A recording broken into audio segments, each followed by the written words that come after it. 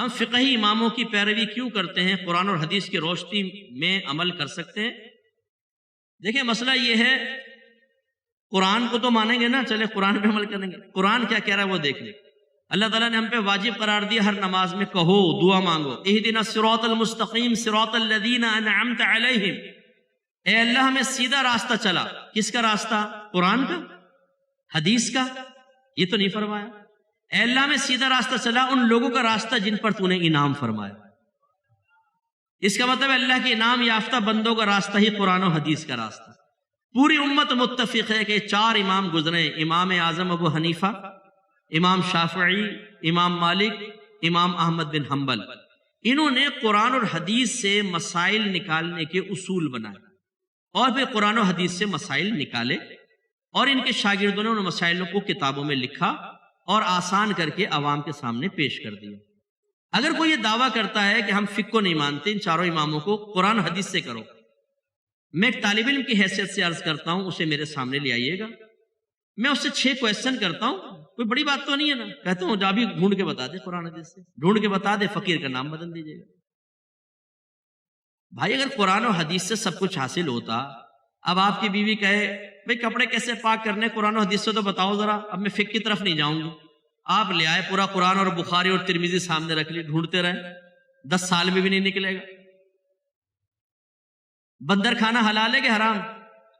بتاؤ، قرآن و حدیث سے نکالو ذرا، ڈھونڈتے رہو۔ ٹیسٹ ٹیوب بیبی جائز ہے کہ ناجائز؟ قرآن و حدیث سے ڈھونڈتے رہے۔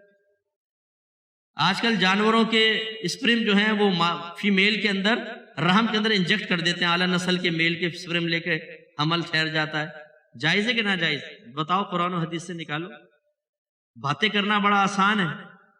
میں نے ایک ایسے شخص کا انٹرویو سنا جو تقلید کے قائل نہیں ہے، بڑا مشہور عالم، بہت ہی مشہور، غیر مقلد عالم۔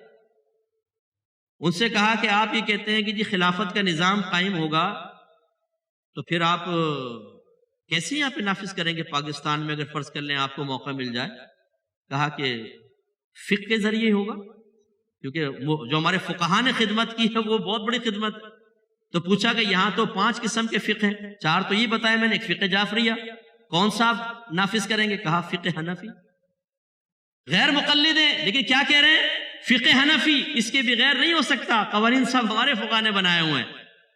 تو پھر ہوسٹ نے کہا کہ اگر فقہ حنفی نافذ ہوگا تو فقہ حنفی تو آپ کو نہ جمعہ پڑھانے دے گا، نہ آپ تفسیر قرآن بیان کر سکتے ہیں، کیونکہ آپ عالم نہیں ہیں، اور جو عالم نہیں ہوتا نہ وہ جمعہ پڑھا سکتا ہے اور نہ وہ قرآن پاک کی تفسیر بیان کر سکتا ہے، تو وہ عالم صاحب مبہوت ہو گئے۔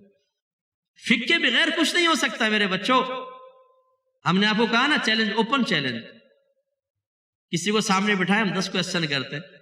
اب جب وہ قرآن و حدیث سے نہیں نکالے گا تو اپنے ذہن سے ہی بتائے گا، لازم بات ہے کہ بھئی ہاں قرآن و حدیث میں تو براہ راست نہیں ہے لیکن یہ حل ہونا چاہیے۔ اب ہم پوچھتے ہیں تمہاری مانے کہ نہ مانے، اور اگر تمہاری مان لے تو قرآن و حدیث سے ہٹ کر مانی کہ نہیں مانی؟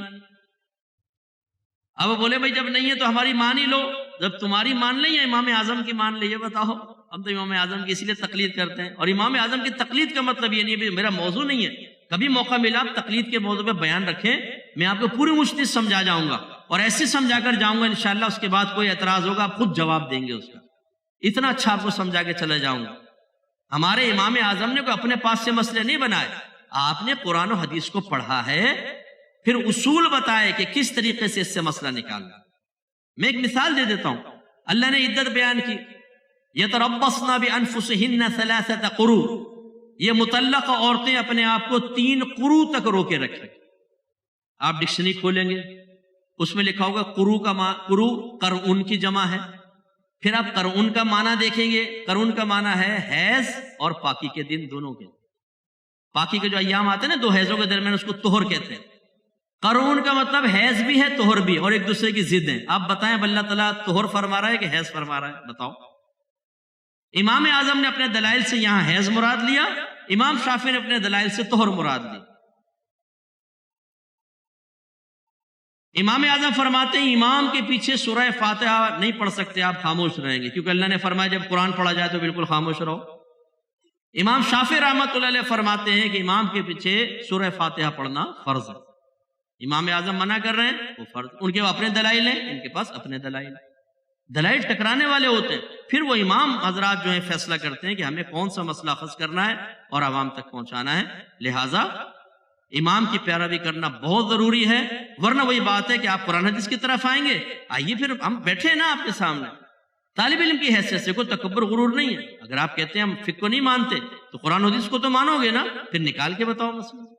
آؤ گے وہیں پر ہی، گھوم پھر کر وہیں پر آنا پڑے گا، فقہ کے بغیر گزارا.